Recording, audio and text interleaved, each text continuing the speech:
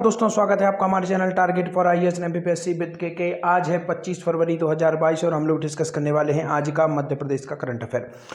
आज के current affair में हम लोग डिस्कस करेंगे कि वन्य प्राणी अंगीकरण योजना में स्टेट बैंक ने कितने वन्य प्राणियों को एक साल के लिए लिया गोद। काफी अधिक इंपॉर्टेंट दोस्तों, मध्य प्रदेश का एकमात्र ऐसा राष्ट्रीय उद्यान है जिसका नाम है वन विहार, और जहां पर गोद लेने की प्रथा की शुरुआत की गई थी। और यह प्रथा की शुरुआत कब की गई थी?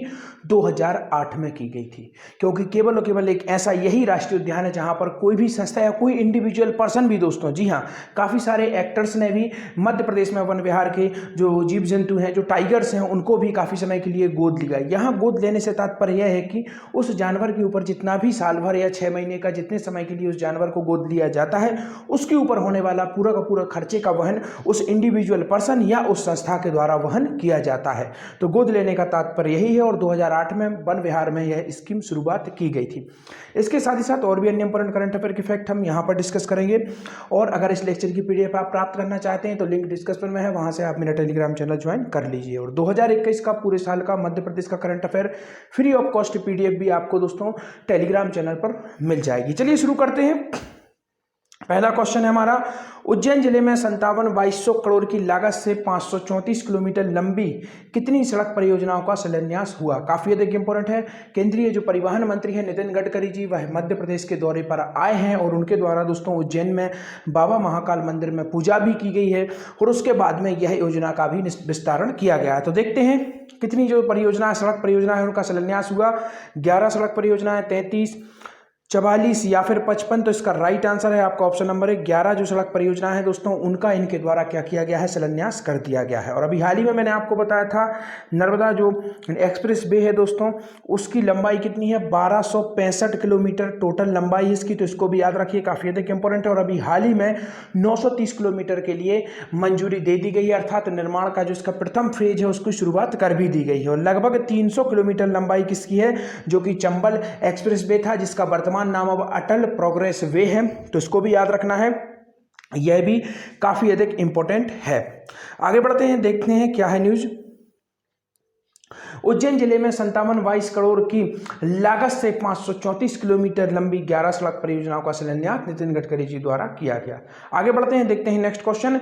वन विहार में 16 चीतल खिवनी अभ्यारण्य के लिए हो स्थानांतरित, यह कहां पर है? तो दोस्तों आपको मालूम हो, मैं हर बार आप लोगों को पूरे के पूरे अभ्यारण्य डिस्कस कराता हूं, जितने अभ्यारण्य हो सकते हैं उन सभी को मैं यहाँ पर आपको कवर करने की कोशिश करता हूँ। और इस खिवनी के बारे में भी मैंने आप लोगों को कई बार बताया है। तो आपके ऑप्शन है उज्जैन, देवास, सागर या फिर सतना। इसका राइट आंसर क्या है दोस्तों? देवास। कई बार मैं आप लोगों को बता चुका हूं इसके बारे में, और इसका राइट आंसर है दोस्तों देवास खिवनी, जो कि देवास का एक अभ्यारण्य है। मध्य प्रदेश का दोस्तों अभ्यारण्य एकमात्र अभ्यारण्य जिसे टाइगर रिजर्व के अंतर्गत भी शामिल किया गया, और उसका नाम क्या है? राता पानी। याद रखिए, रायसेन में राता पानी है। और रायसेन में ही दोस्तों मध्य प्रदेश का पहला तितली अभ्यारण्य, याद रखिए कौन सा अभ्यारण्य? तितली। प्रथम तितली अभ्यारण्य कहां पर बनाया गया था? रायसेन में। और सेकंड जो तितली अभ्यारण्य वह कहां पर है? इंदौर में है। और मध्य प्रदेश का प्रथम लोमड़ी, याद रखिए लोमड़ी अभ्यारण्य काफी अधिक इंपॉर्टेंट है।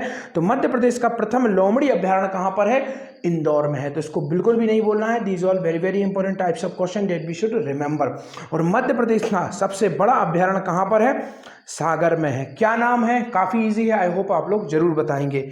और मध्य प्रदेश का सबसे छोटा जो अभ्यारण्य है वह कहां पर है? वह है दोस्तों आपका इंदौर में। उसका नाम क्या है वह भी आप लोग बताएंगे। काफी इजी है, आई होप आप लोग जरूर बताएंगे। और इसके साथ साथ में हम लोग देख लेते हैं मध्य प्रदेश का दोस्तों प्रथम अभ्यारण्य कौन सा था? कान्हा राष्ट्रीय उद्यान ही था। उसके बाद में प्रथम टाइगर रिजर्व भी यही था और प्रथम राष्ट्रीय उद्यान भी यही था। तो इसको भी याद रखना है, बिल्कुल भी नहीं भूलना है। इसके साथ ही साथ में मध्य प्रदेश का ऐसा राष्ट्रीय उद्यान जहां पर हॉट एयर बलून की सफारी की शुरुआत की जाती है। आपने देखा होगा इस तरीके का पैराशूट नुमा यह बलून होता है। यहां पर गैस के माध्यम से इसमें एयर भरी जाती है और यह फ्लाई करता है, जिसे कहा जाता है हॉट एयर बलून। और इसका दोस्तों जो पूरा का पूरा कार्यान्वयन किया गया, यह कहां पर किया गया था? बांधवगढ़ राष्ट्रीय उद्यान। तो इसको आपको याद रखना है, काफी अधिक यह इंपॉर्टेंट है। तो this is very very important types of question that I tell you. तो यह भी आपको याद रखना है। और नाइट में सफारी की शुरुआत दोस्तों कान्हा राष्ट्रीय उद्यान, बांधवगढ़, वन विहार इनमें एक साथ की गई थी। तो इसको भी याद रखना है, काफी अधिक इंपॉर्टेंट यह भी है। इसके साथ ही साथ एकमात्र राष्ट्रीय उद्यान जहां पर हवाई पट्टी है या हवाई यात्रा की जा सकती है वह है आपका कान्हा राष्ट्रीय उद्यान। एकमात्र राष्ट्रीय उद्यान जिसके द्वारा स्वयं का शुभंकर जारी किया गया, अर्थात मध्य प्रदेश ही नहीं बल्कि भारत का एकमात्र ऐसा राष्ट्रीय उद्यान जिसने स्वयं का शुभंकर जारी किया, वह भी आपका कौन सा है दोस्तों? वह भी आपका यही है जिसका नाम है कान्हा राष्ट्रीय उद्यान। रोहन चक्रवर्ती द्वारा 2017 में उसे बनाया गया था और उसका नाम क्या है? मूर सिंह। तो यह आपको याद होना चाहिए, काफी अधिक इंपॉर्टेंट है। आगे बढ़ते हैं। यहां पर एक और इंपॉर्टेंट फैक्ट आपको बता देना चाहूंगा दोस्तों, मध्य प्रदेश में 7 टाइगर रिजर्व हैं और जिसमें से एकमात्र अभ्यारण्य है जिसके बारे में मैंने आपको बता ही दिया है, तो उसको आपको याद रखना है। टाइगर स्टेट के नाम से मध्य प्रदेश को जाना जाता है। 526 टाइगरों की संख्या मध्य प्रदेश में 2019 की जो टाइगर जनगणना है उसके अनुसार है। आगे बढ़ते हैं।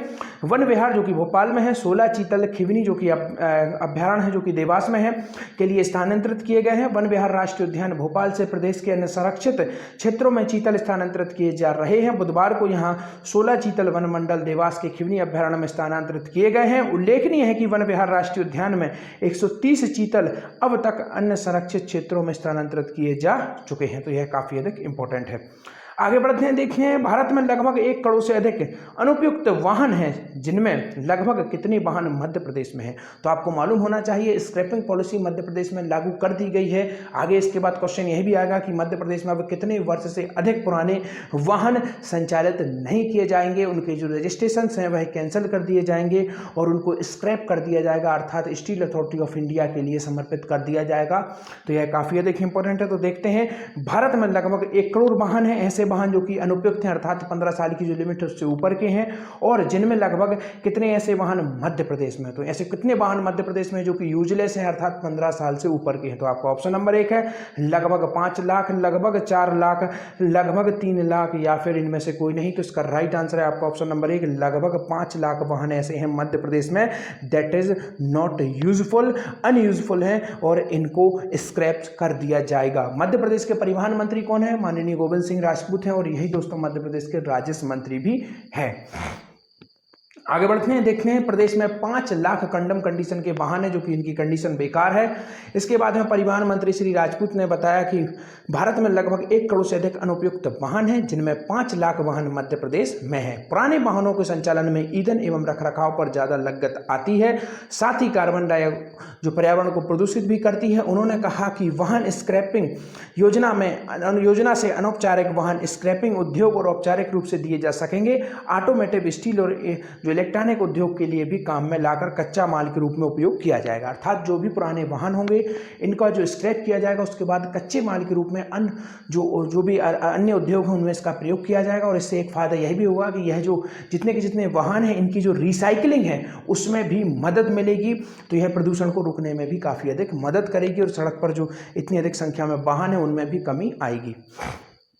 देखते हैं नेक्स्ट क्वेश्चन। स्क्रैपिंग पॉलिसी के अंतर्गत मध्य प्रदेश में कितने वर्ष से अधिक पुराने वाहनों को करना होगा स्क्रैप? आपका ऑप्शन नंबर 1 है 5 वर्ष से अधिक पुराने, 15 वर्ष से अधिक पुराने, 10 वर्ष से अधिक पुराने या फिर 20 वर्ष से अधिक पुराने। तो इसका राइट आंसर है दोस्तों 15 वर्ष से अधिक पुराने वाहन मध्य प्रदेश में अब रोड पर नहीं चलाए जा सकेंगे, अर्थात इनको स्क्रैप कर दिया जाएगा। इनके जो लाइसेंस हैं वह रद्द कर दिए जाएंगे, इनका बीमा भी नहीं होगा, अर्थात यह इनलीगल हो जाएंगे। टोटली रूप से आप समझ सकते हैं this is useless after 15th of year.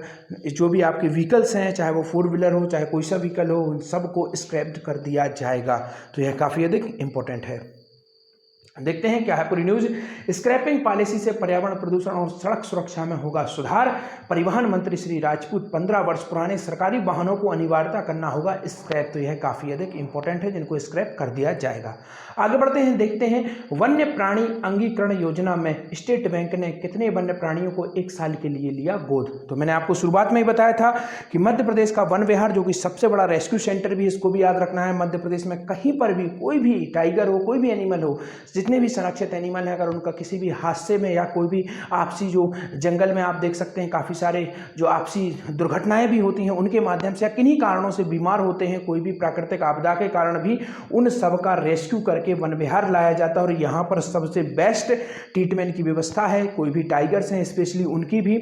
तो इसी के अंतर्गत दोस्तों यहाँ पर गोद लेने की प्रथा की शुरुआत की गई थी 2008 में, जो कि मैंने शुरुआत में आपको बताया था। और उसी के अंतर्गत आप देखेंगे कि कितने प्राणियों को गोद लिया है है स्टेट बैंक ऑफ इंडिया ने। तो आपका ऑप्शन नंबर 1 है 2, 3, 5 या फिर 10।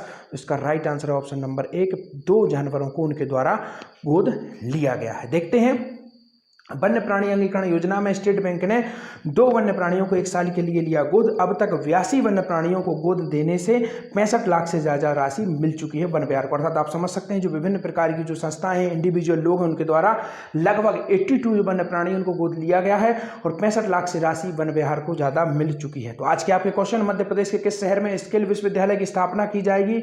नेक्स्ट क्वेश्चन है मध्य प्रदेश के किस शहर में डिजिटल विश्वविद्यालय खोला जाएगा। धन्यवाद।